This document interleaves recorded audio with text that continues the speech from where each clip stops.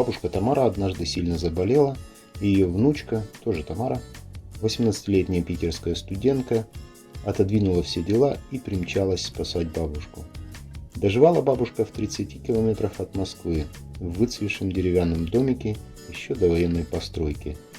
Огородик, колодец, навес, под которым дед хранил битые кирпичи, и ржавые колеса от москвича. Все это выглядело довольно грустно и безнадежно. А ведь когда-то, когда Тома приезжала сюда в детстве и дедушка был еще жив, по двору бегали куры, гуси и даже козочка. А в этот приезд дом смотрелся пусто и тоскливо, как неизлечимо больной пациент. Из живых в доме была только сама бабушка и Тимур. А куда ж без него?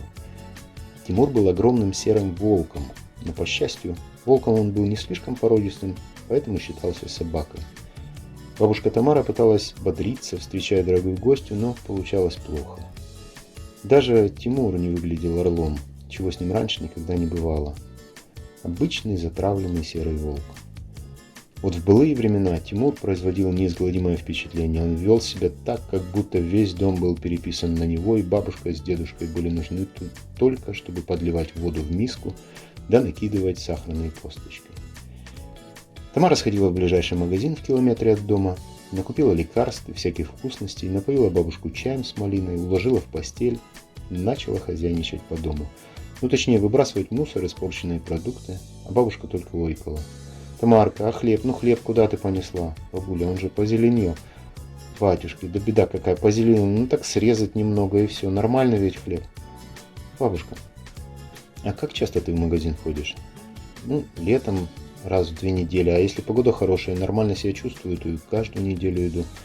Вот у меня тележка, я взяла и покатила. По дороге на ней посижу, отдохну и дальше пошла. А в этот раз думала, что весна уже наступила, солнышко пригрело, я обрадовалась и в одной кофте в магазин побежала, пропотела и вот застудилась. А зимой вообще боюсь так далеко ходить, ну, может, раз в месяц схожу. И пенсия у меня не та, чтобы каждый день по магазинам шиковать. Бабуля, а к тебе вообще кто-нибудь в гости заходит?» «Ну, заходит иногда». «Кто, тетя Лена?» «Да ты что? Лена уже 2 года как померла, царство небесное». «Ну, а кто тогда?» «Ну, кто? Ну, получается, что и никто. Кто ко мне должен ходить? Кому нужна старая бабка с волчищем?» «Вот что, бабуля, тебе нужно не киснуть, а придумать какой-нибудь хороший бизнес-план». «Что?»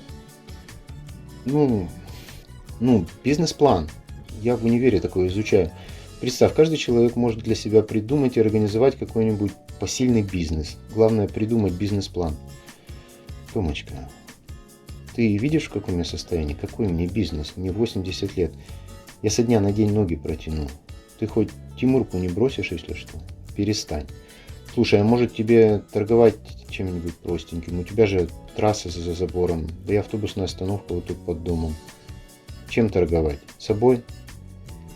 Шли дни. Больная потихоньку вставала на ноги, а внучка с утра до вечера ходила по двору и размышляла над бизнес-планом для бабушки.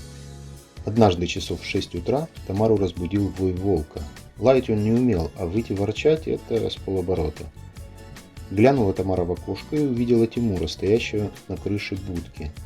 Так ему удобнее через забор заглядывать. Бабушка уже не спала, она, как всегда, вязала, слушая радиоприемник. «Бабушка, а на кого он там ругается?» «Так, это ж люди на работу идут». «На какую работу?» «Так я ж откуда знаю на какую, на любую, у каждого своя. Идут на нашу остановку, садятся на маршрутку или в автобус и едут в Москву на работу, а вечером обратно». И Тамара призадумалась.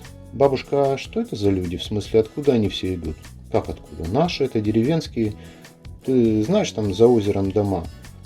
Даже и оттуда некоторые идут. Час, наверное, целый оттуда пешкадралом добираются. А что делать? Семью кормить надо, вот и приходится. Это мне хорошо, я на пенсии все-таки, а люди каждый божий день вынуждены в Москву ездить. Голод не тетка, тут ведь нигде работы нет». До самого вечера внучка ни с кем не разговаривала, ни с бабушкой, ни даже с Тимуром, а поздно вечером вдруг закричала, испугав бабушку. «Бабушка, бабуля, проснись! Помнишь, я в детстве рисовала раскраски? Цветные карандаши еще остались?» Бабушка удивилась, но выдала кучу карандашей и давно засохших фломастеров. Всю ночь Тамара трудилась и к утру создала стопку трогательных разноцветных объявлений с узорчиками. А утром, даже не позавтракав, подхватила тюбик клея и ушла. Дошла аж до деревушки за озером, и, начиная оттуда, почти до самого дома, она расклеивала на заборах свое нехитрое объявление. Уважаемые соседи, вы можете оставлять свои велосипеды в доме номер 2 на нашей улице, дом у остановки с зеленым забором, спросить Тамару Павловну. За сохранность отвечает Серый Волк. Оплата чисто символическая, вам понравится. И вот с тех пор прошло 3 года. Тамара Павловна расцвела и передумала умирать. Каждый день с утра до позднего вечера во дворе дома под навесом ждут своих хозяев 30, а может быть и все 40 велосипедов и даже иногда пара мопедов. Более точными цифрами располагает только Серый Волк Тимур. Тимур тоже похорошел и стал выглядеть довольным и важным, как будто только что сожрал и Красную Шапочку, и Тамару Павловну.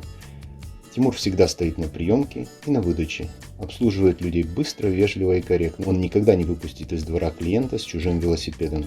Даже эксперименты специально проводились. Просто волк сличает запах клиента с запахом велосипеда. Надежнее, чем любой штрих-код. Вся деревня полюбила бабушку Тамару, ведь она сохраняет людям самое дорогое, что у них есть – время сна. Кому 40 минут, а кому и 2 часа в день. На велосипеде мчаться – это ведь совсем не то, что грязь ногами месить. Студенты и те, кто помоложе, платят бабушке рублей по 300 в месяц. Таджики почистили колодец, отремонтировали крышу, настроили антенну. Кто-то домашние яички приносит, кто-то хлеб, кто-то банку молочка из-под своей коровы на велике привезет, а кто-то просто спасибо скажет. А при случае всегда в магазин для бабушки сгоняют. И так с ранней весны аж до первого снега. Даже зимой пару снегоходов и мотоколяску оставляют. Бизнес работает как часы. Хотя, если честно, был однажды небольшой сбой. Как-то один таджик, забирая свой велосипед, попытался погладить Тимура. А волк, разумеется, прокомпостировал руку. Очень странный случай. Я, например, даже не представляю себе, как это можно додуматься, чтобы в банковском хранилище, получая золотые слитки из своей же ячейки, погладить по голове вооруженного охранника при исполнении.